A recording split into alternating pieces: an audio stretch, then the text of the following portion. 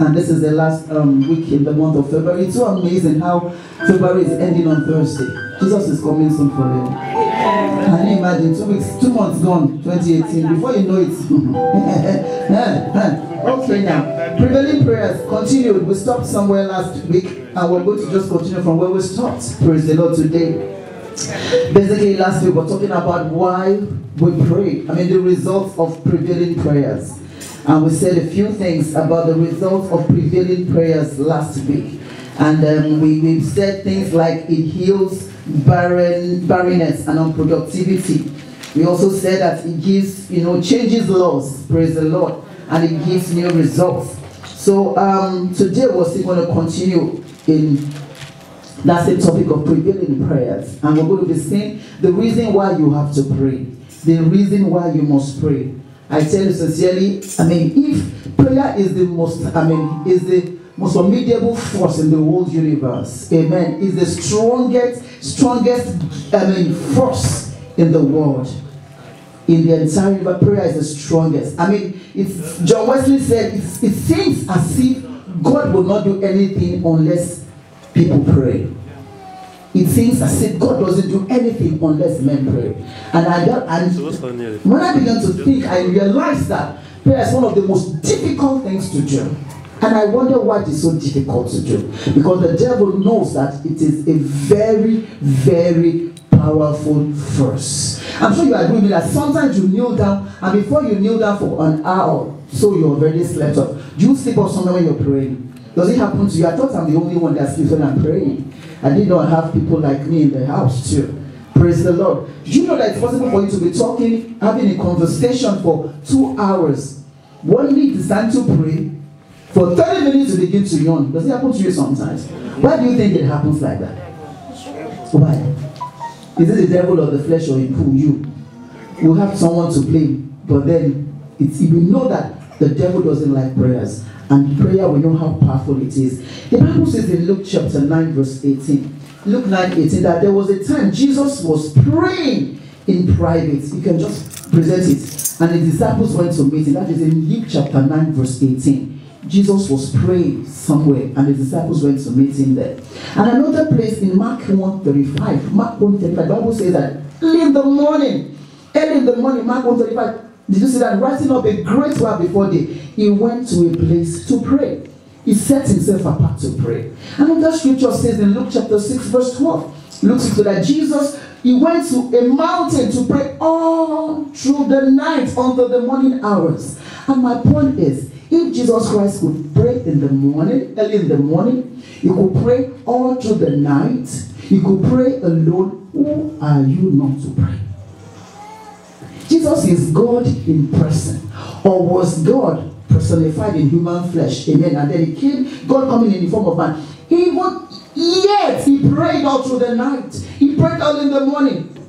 Who are we not to pray? Despite the fact that he prayed all through the night, he prayed early in the morning, he prayed all the time, yet he was crucified. People lied against him. People ganged up against him. They conspired against him. Praise God, they beat him up and they slapped him. Then who are you not to pray? And sometimes we go through some forms of conspiracies. We go through some forms of allegations false against us. We go through a lot of things. Why should this be happening to me, Lord? And I'm praying. Jesus Christ is your perfect example. Amen. So don't be so troubled when people maybe say some things you don't like, or do some things you don't like, or you see things that you don't like. Jesus went through it. The truth is that is any afflicted, what do? I didn't hear your answer. Pray. Let him pray. So the reason why he prays is because Jesus, our perfect example, also prayed. Amen. In Acts chapter 4 verse 31, Acts 4:31, the Bible says that, today is the day of prayers. It's breakthrough service. In Acts 4:31, the Bible says something. That when the disciples were being persecuted, they were being tossed to and fro, they were so beaten up and all that. So one day they gathered themselves up in a place and they began to pray in that place. Like we're gathered here today, for example. Amen. And they prayed. And when they prayed, say when they prayed. When they prayed. The place where they were shook, today there's going to be a shaking. You know, I hear in my spirit that there's going to be a shaking. Amen. I hear in my spirit. The place where they were shook, the Holy Ghost came down and they preached word of God with boldness. Maybe the reason why we cannot preach that cashier in Burlington or wherever is because we don't have boldness. Sometimes it happens to me too. What if he doesn't listen? What if? And you pray, the Holy Ghost will give you the boldness to speak to whosoever you meet in Jesus' mighty name. And the Lord said in Haggai chapter 2 verse 6, Haggai 2:6, the Lord says something. Like I told that I hear a shaking. Say, for thus says the Lord, once more in a little while, I'm going to shake the heavens. Amen. I'm going to shake the earth. I'm going to shake the sea and the dry land. Go to verse 7. It says, I'm going to shake the nations. I will shake everything around me. Praise the Lord. And when I shake wealth, there will be a transfer of wealth. Amen. You didn't hear that? God will shake the industries. It will shake Manhattan. It will shake Wall Street. And the wealth of the nations will locate his children in the house today. Who can say a big amen? In the name of Jesus. He said the power will change hands. That's what he's saying. He says, I will fill this house with glory. This shaking is real. Do you know that Pastor Adeboye told us there was a time in Tulsa, you heard the testimony before, but it's relevant to my talk this hour. Said they were praying in an hotel room, and when they prayed, shook. There were only 5 in that room.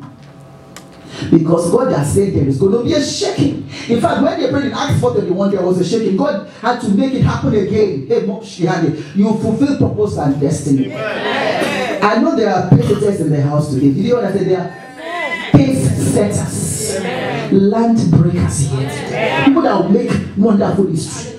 In the name of Jesus. The Bible says that. The testimony goes us that they pray and they traced the shaking to their room. I said, what kind of equipment are you using in this room? They said, we're only praying, 5 men praying. Do you know that the guy searched around and they had to lock up the hotel for 30 years because of the shaking that the prayers created. Today you're going to pray. Your foundations will experience a shaking. There will be a shaking in your homes. I didn't hear your amen, church. There will be a shaking in your presence of work. And everyone sitting on your position will be lifted by force. Will be removed by force. That will make your life unbearable wherever. God will remove and relocate them. They will run in a hurry. They will relocate in a hurry. Witness in the house. Amen. Praise the Lord. And after 30 years, he came back again and said, this hotel has been locked for 30 years. Father, have mercy. And the hotel was reopened after a short while. Who said that prayers don't work? Who says prayers work? Tell them what prayers work. God is only waiting for his children to take his step, to make him man, to open up their mouths in his presence. Amen. Tell them, but please open your mouth in his presence. This shaking, the Bible says in Job chapter 38, verse 13. Job 3:13, God was telling Job, he said, have you ever commanded the morning before? Have you ever commanded the morning? Praise the Lord. That it caused the dawn to know its place, that the dawning might know its place, that it might take hold of the hands of the earth. Let me just explain that scripture. When you open up your mouth early in the morning to command your morning, God creates a shaking in the earth. Amen. He creates a shaking in the earth. And you begin to take hold of whatever belongs to you. Brethren, there is a difference between night and day. God made the two. And God is saying that if you can command your morning, some things that seem far away from you, you can begin to grab them. Some people understand how this principle works, and they rise up early in the morning and they speak some mysteries into the atmosphere. They are the sons of the bondwoman. You know them. And many of us, because this is even a different territory altogether. Some sleep in the morning. No, it is the time to grab and to read and to take what God has given to you. Take it by force. I want to give you a testimony. A lady found out that her children were not doing well in school. Suddenly, they were brilliant, but suddenly they became dullets. And she was praying, like we're going to be praying today, that these kids are good. How come? Somebody would think maybe the child is just playful, one of those things. But she wasn't a careless mother. And she prayed. And she saw the class teacher sitting on the moon. And one day she took her child to school and went straight to the class teacher. She said, stop sitting on my children's destiny. If other teachers were wondering, this child was going to shout, would scream. She said, I'm sorry. I'm sorry. He said, because I'm going back to pray. If you don't, something will happen. That is a woman who understands how to take what belongs to her by force. May God open your eyes. Say, Father. Say, Father, open my eyes to see mysteries. Open my ears to hear the inaudible, the unusual, the uncommon. In the name of Jesus. I don't want to be an ordinary human being. I don't want to be an ordinary mother, an ordinary father. I don't want to be an ordinary. I want to be different. Yes, sir. Amen. The days are evil days now. Can't you see that the days are evil days? Things are happening. May God open your eyes. Amen. I was telling them at the vigil. You had anyway. Solution Night was powerful. How many of us have witnessed that? And I was telling them about what I some of you have seen it in the social media. A girl who met a guy online. So those of you who do online, so be careful. Amen. And the guy promised her love and all that stuff. And said, I'm coming back to take you over, you know, to be with me in Saudi or wherever the guy lived, you know. And but do your medicals, your genotype, everything.